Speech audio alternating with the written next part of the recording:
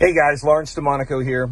I wanted to give you guys an update on the ATF situation. We've all seen the letter that is spreading like wildfire across the interwebs regarding the ATF's plans to steal private property from dealers. And of course, I'm referring to the FRT-15. Although I cannot yet authenticate this letter that's allegedly being circulated by the ATF, I can tell you that we've received word from one dealer in Illinois late yesterday afternoon stating that the ATF had paid them a visit, hand-delivered them a cease and desist, and then, quote-unquote, had taken FRT-15s from them. I've yet to actually speak to anyone at this dealer, so I have zero details to share. I don't know anything about that. I'm trying to make contact, but right now I'm jumping through hoops to deal with, the issue. I don't know if the dealer just voluntarily, handed over the triggers, or if the ATF came in hard and, seized them. I don't have that information yet.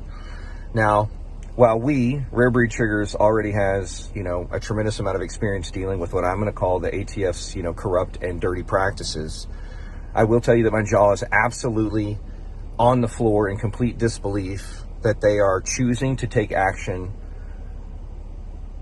based on an illegitimate examination and report that was conducted by David Smith and then approved by Earl Griffith at the ATF Tech Branch. The report is chock full of easily provable falsehoods and what I'm going to say are just outright lies. And each of these have been pointed out and testified to under oath in federal court. Now, I'm going to make a very interesting point that I want you guys to take away and hear this. The DOJ and ATF refused to allow David Smith, the guy that performed the exam and then created the report on the FRT-15. The DOJ and ATF refused to allow him to take the stand and testify under oath to the accuracy of his report. Why would they do that? Like, why on earth would you do that? He's a government employee. Why would you refuse to and prevent him from taking the stand to testify to the accuracy of his report? I can only think of one reason why you'd do that, and that's maybe if the report wasn't accurate. Now, I've got an even more significant point that I want to make, and it's another big one to take away. Brian Lutke, he is one of the expert witnesses in this case. He's a former ATF special agent, and he actually trained David Smith at the ATF Academy. Now, Brian Lutke took the stand and testified under oath that if Mr. Smith were to take the stand and testify to the accuracy of his report, that he would be committing perjury. He said that under oath on the stand, that David Smith would be committing perjury if he testified to the accuracy of his report. So maybe that's why they refused to allow him to take the stand. Now, while on the stand under oath, Brian Lutke also stated that one of the biggest problems with this exam and report is that any future action taken by any agency across the country would be based on that report. They would hinge on the accuracy of that report. So think about that for a minute. All actions being taken are based on an illegitimate exam and a falsified report. Now, I'm going to give you guys just one. I mean, the exam and report are just chock full of trash, but I'm going to give you an example of one. Mr. Smith stated in the report that the bolt carrier's forward movement automatically releases the trigger and hammer, allowing the weapon to expend a second projectile without a separate pull of the trigger. Now, this is completely inaccurate and entirely untrue, and he, in my opinion, intentionally and maliciously left out a very important step that actually makes the FRT-15 a semi-automatic trigger. So what step did he leave out? Let's talk about that. When the carrier comes forward and strikes the locking bar, the trigger is unlocked. Only after the trigger is unlocked can it be functioned. And of course, functioning the trigger to the rear is what releases the hammer. It's very clear. It's very simple. He's intentionally trying to mischaracterize the truth. And how do I know that this wasn't a mistake or an accident on Mr. Smith's part? Well, as most of you already know, we've got an animated video posted on our homepage that clearly demonstrates exactly how the FRT-15 functions.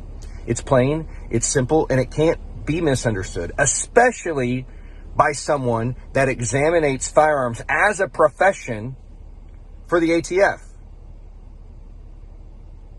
He can't misunderstand that. Heck, did he even bother to function test the FRT-15 uninstalled or installed in an AR-15? It takes less than a second to manually push the locking bar forward with your thumb. It takes less than a second to push the locking bar forward with your thumb to see that it doesn't release the trigger and hammer. Further, it's plainly obvious that the FRT can only expend one round per rearward function of the trigger. To say anything different is entirely disingenuous. So anyway, how do I know that this step being left out was intentional and malicious? Well, it's super simple. Mr. Smith didn't include our animated video in his examination and report. He included a screenshot of the video. So, including a screenshot proves he knew about the video, but he made a conscious decision rather than to include a full video that is very clear to choose one still image and include it in his report so that it would support his mischaracterization of the truth. And then, of course, the ATF and DOJ filed a motion in limine to prevent us from submitting that same exact video into evidence. They didn't want the judge to see the video. It's very clear. They did not want the judge to see the video. They chose to add a still image of the video into the administrative record, but chose to leave the actual video out of the administrative record. Well, that was done by design. And I feel that David Smith and Earl Griffith have intentionally created and released an illegitimate exam and report. Absolutely. Now, keep in mind that this is just one example. I mean, it's literally just one example of how much BS and lies and mistruths are in the examination report. Their entire case is based on lie after lie after lie, and it's just downright dirty. Now, I'll put together another video as quickly as possible that clearly demonstrates this portion of their report being false. Now, the ATF has this video, along with numerous expert witness statements that rebut their examination report, along with transcripts from the last hearing where the special agents took the stand and swore under oath that, one, David Smith would be committing perjury if he took the stand and testified to the accuracy of his report, but also numerous rebuts of many issues in their examination report. Now, there's no denying that they're aware that their report is bad, but they're still ordering special agents or other ATF employees to act on enforcement based on this illegitimate exam and falsified report. Now, to me, it's unconscionable that they would do this, and you can guarantee we'll be filing a new lawsuit just absolutely as soon as possible. Now, this news was first put out by the GOA yesterday. Now, we've been in contact with them for more than 6 months now, but we've yet to receive any support from them or any other like 2A group. Now, we have a call scheduled with them today. That's fantastic. And hopefully now that the ATF is attacking individual citizens, freedom and liberty, maybe they'll finally, step up and offer to provide us some assistance. Because I'll tell you what, I would be happy to have all the help that we can get, for sure. Now, I'm going to close up by saying I've said it before, and I'll say it again, and I'll say it again for you guys to just forget it. We're not backing down. We're going to see this through to the end. For sure, you can bet your bottom dollar on that. Because here's the deal, guys. If the ATF can simply just say that the FRT-15 is a machine gun without that claim being based on actual law as written in the U.S. Code, what's to stop them from just reinterpreting the AR-15 altogether to be a machine gun? There's nothing to stop them from that. At some point, you've got to draw a line and say no. Like, you're wrong and this isn't okay, and fight the fight. So basically, guys, I appreciate everyone's help and everyone's support, but we need to stand together on this or we'll all lose our rights together. It's going to be one or the other.